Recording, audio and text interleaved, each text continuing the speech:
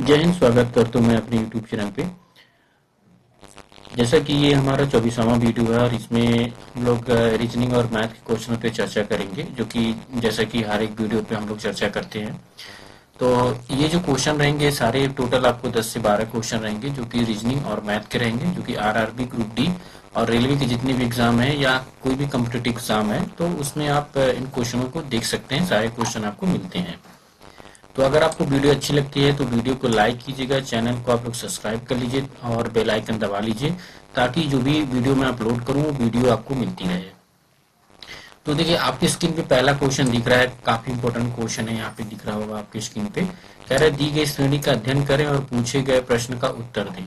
तो आपको ये जो श्रेणी है, श्रेणी का अध्ययन करना है और दिए गए प्रश्न का आपको उत्तर देना है। कह रहे ऐसी कितनी सम संख्याएं हैं जिनके ठीक पहले एक विषम संख्या और ठीक बाद एक अभाज्य संख्या है।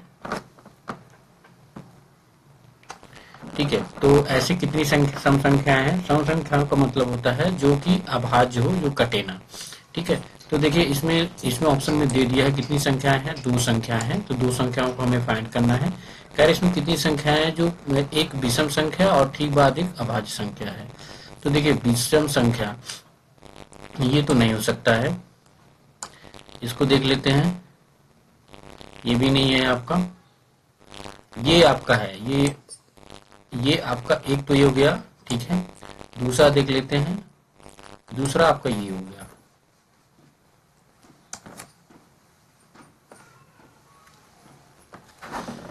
तो ये आपकी दो आंसर हो गए। यहाँ पे ऑप्शन नंबर 3 आपका करेक्ट आंसर हो गया। ठीक है, अगला क्वेश्चन है, कह रहा है कि उस विकल्प का चयन करें जिसका पांचवा संख्या से वही संबंध है जो दूसरी संख्या का पहली संख्या से है और चौथी संख्या का तीसरी संख्या से है। तो पहले हमें ये श्रेणी देखनी है। श्रेणी क्या कह रहा है, कह रहा है 64, 81, 121, 144 और 100 आपका 69। तो देखिए 64 जो है ये किसका वर्गमूल है, ये आपका 8 का हो गया। कहें 8 8 64 स्क्वायर हो गया। 81 आपका 9 का हो गया। उसी तरह से 11 आपका किसका हो गया, 11 आपका 121 आपका 11 का हो गया।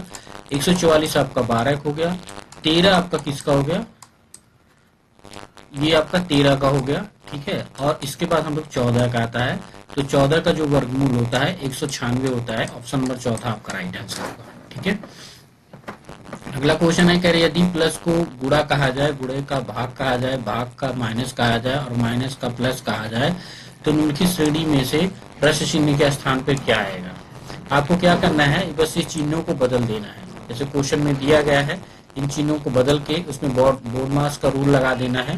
तो ऑप्शन नंबर पहला आपका राइट आंसर हो जाएगा। 114 आपका करेक्ट आंसर होगा यहाँ पे। ठीक है, इसके बाद अगला क्वेश्चन है, कह रहा है कि उस विकल्प का चयन कीजिए जिसमें दी गई अक्षरों को समान क्रम में बाएं से दाएं की ओर नीचे की अक्षर एक श्रृंखला को दर्शाता है। तो देखिए ऑप्शन में तो दे दिया है, ये क्या है आपका HMBTHT दिया है। लेकिन आप ध्यान से देखिए तो यहाँ की बी के बाद आपका क्या आएगा, बी के बाद आपका टी आता है तो टी आ जाएगा यहाँ पे। ठीक है, तो यहाँ पे आपको पहला अक्षर एच दिया है तो बी के बाद आपका एच आ जाएगा। ठीक है, देन उसके बाद आपका टी एच, यानी इस तरह से आपको सुमिलित करना है। तो सुमिलित करने के लिए ऑप्शन नंबर तीसरा आपका राइट आंसर होगा यहाँ पे।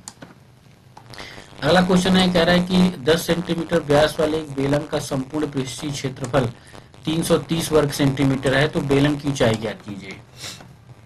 देखिए बहुत इंपॉर्टेंट क्वेश्चन है। इसको सॉल्व करने के लिए इसमें एक फॉर्मूला लगेगा।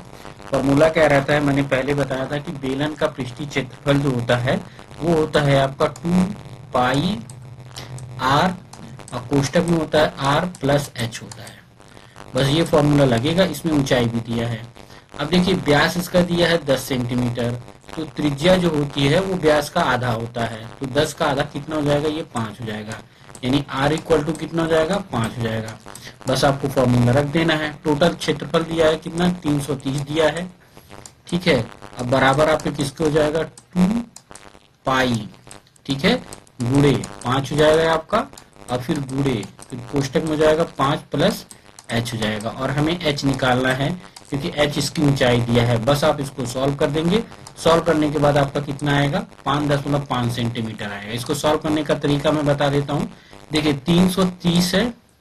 ठीक है, तो पहले आप इसका मान रख लीजिए, बराबर हो जाएगा आपका 2 गुणे 22/7 हो जाएगा। अब गुणे आपका कितना जाएगा 5, और कोष्टक में आपका 5+h हो जाएगा। 7 से इसमें गुणा कर दीजिएगा, 7 से 44 गुणे 5 कर दीजिएगा, और ये आपको सॉल्व करेंगे तो ऑप्शन नंबर पहला आपका राइट आंसर हो जाएगा। इतना आप इसको सोल्यूशन कर देंगे तो आपका राइट आंसर आपका आ जाएगा। बस आपको फॉर्मूला रख के आंसर आपको रखना है इसमें, ठीक है। अगला क्वेश्चन है, कह रहा है कि एक कक्षा में 72 विद्यार्थी उत्तर की ओर मुख करके एक पंक्ति में खड़े हैं। देखिए इस तरह से हम लाइन बनाएंगे। कह रहे शलभ पंक्ति के बाएं सिरे पर खड़ा है, शलभ यहाँ पे खड़ा है, ठीक है। शलभ और किमाया के बीच में केवल 8 विद्यार्थी हैं। कितने हो गए 8 विद्यार्थी, 1 2 3 4 5 6 7 और 8, और एक 9वां कौन है, ये शलभ है, ठीक है। फिर कह रहा है विराली पंक्ति के दाएं सिरे से 26वें स्थान पर खड़ी है। विराली पंक्ति के दाएं सिरे से 26वें स्थान पे है, तो यहाँ से हम लोग पंक्ति के दाएं सिरे से 26वें स्थान पे, तो यहाँ पे देखेंगे 1 2 3 4 5 6 7 8 9 10 11 12 13 14 15 16 17 18 19 20 21 22 23 24, यहाँ पे 25, और एक यहाँ पे कर लेते हैं हम लोग 26। तो यहाँ पे देखिए ये 9 है, 9 के बाद यहाँ पे कौन है 26वें स्थान पे कौन है, विराली है, तो 20 से हम दर्शा देते हैं। तो कह रहा है विराली और किमाया के बीच में कितने बच्चे हैं। देखिए विराली और किमाया के बीच में, विराली और किमाया के बीच में कितने बच्चे होंगे, 36 होंगे। क्योंकि देखिए अब देखिए एक चीज को हम 26 और प्लस आपका 10 ये कर लेंगे, क्या हो जाएगा 10, क्योंकि 9 ये ऑलरेडी थे, 10 हो जाएगा। एक तो विराली भी है तो 10 हो जाएगा। ये कितने हो जाएगा आपका, ये हो जाएगा आपका 36, ठीक है।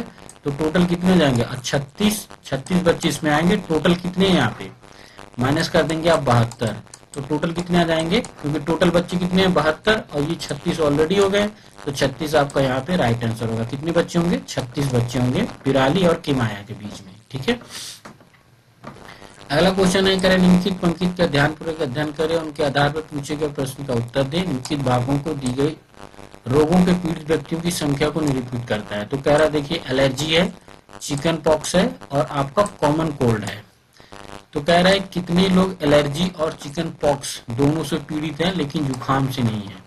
तो देखिए ये तो आपका चिकन पॉक्स हो गया, ये भी चिकन पॉक्स हो गया, ठीक है। लेकिन कह रहा है दोनों से पीड़ित है, दोनों से जो पीड़ित होंगे वो 17 नंबर है आपका। तो ऑप्शन नंबर कौन सा होगा, पहला आपका राइट आंसर होगा, ऑप्शन नंबर पहला, ठीक है। अगला क्वेश्चन है, कह रहे एक निश्चित बिल पर 32% की एकल छूट दी गई है। 32% की क्या दी गई है, एकल छूट दी गई है, और 20% की 2 क्रमिक छूटें दी गई हैं। 20% की 2 क्रमिक छूटें दी गई हैं। तो कह रहे विक्रय मूल्य का अंतर 25 रुपए है, तो बिल की वास्तविक राशि क्या ज्ञात कीजिए। देखिए यहाँ पे आंसर तो दे दिया है आपका 625 आंसर दे दिया है, जो बिल की वास्तविक राशि है, लेकिन इसको निकालेंगे क्या। तो देखिए 2 क्रमिक छूटे का जो फॉर्मूला होता है, ठीक है, फॉर्मूला क्या होता है, x + y minus x × y और बटे क्या होता है 100 होता है। तो देखिए इसमें हम लोग इसको रखेंगे तो जाएगा 20 और प्लस 20, ठीक है, और माइनस 20 गुणे 20 और बटे किसको जाएगा 100 के। अब इसे काट देंगे, 100 ये 0 से 0 कट गया, ये 2 4 हो गया, तो इसको सॉल्व करेंगे तो आएगा 36। कितना परसेंट आ गया 36%। अंतर कितना दिख रहा है, कह रहा है अंतर क्या है ये। अब 36 में से हम जब 32 को घटाएंगे तो कितने परसेंट का अंतर आ जाएगा, 4% का अंतर आएगा, ठीक है, 4% का। अब जो 4% बराबर किसके है, 25 के बराबर है। तो देखिए मान लो वो संख्या x है, तो x इंटू क्या हो जाएगा 4 हो जाएगा, बराबर किसको जाएगा 25 के। अब ये परसेंटेज में है, ठीक है, तो जाएगा x गुणे 4 बटे आपका 100 हो जाएगा यहाँ पे, और बराबर किसको हो जाएगा 25 के। ये हो जाएगा 2500, और 25 से जो हम 4 का भाग देंगे तो आएगा आपका 625। तो ऑप्शन नंबर दूसरा आपका राइट आंसर होगा, ठीक है। अगला क्वेश्चन है, कह रहे दिए गए समूह में पुरुष, महिलाएं और बच्चे शामिल हैं। यदि इसमें 40% पुरुष हैं, 35% महिलाएं हैं और शेष बच्चे हैं, तो उनके औसत वजन क्रमशः 70 kg, 60 kg और 30 kg है। तो उनके समूह का औसत वजन क्या है।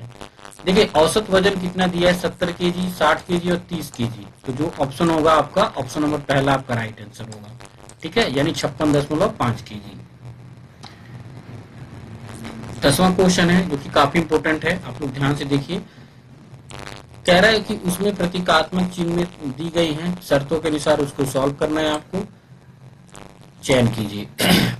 तो देखिए इसमें अगर आप इसका मान पूछ रहा है, कह रहा है कि स्टार 7 आपका जो है मल्टीप्लीकेशन परसेंटेज 3 अंडरस्कोर और आपका 6 का क्या मान होगा, तो 6 का आपका चौथा आपका राइट आंसर होगा। ठीक है, तो ये थे कुछ इंपॉर्टेंट क्वेश्चन, 10 क्वेश्चन जो कि मैथ और रीजनिंग से रिलेटिव है। आप लोग ऐसे वीडियो में बने रहिए, लाइक कीजिए, शेयर कीजिए, सब्सक्राइब कीजिए। जय हिंद।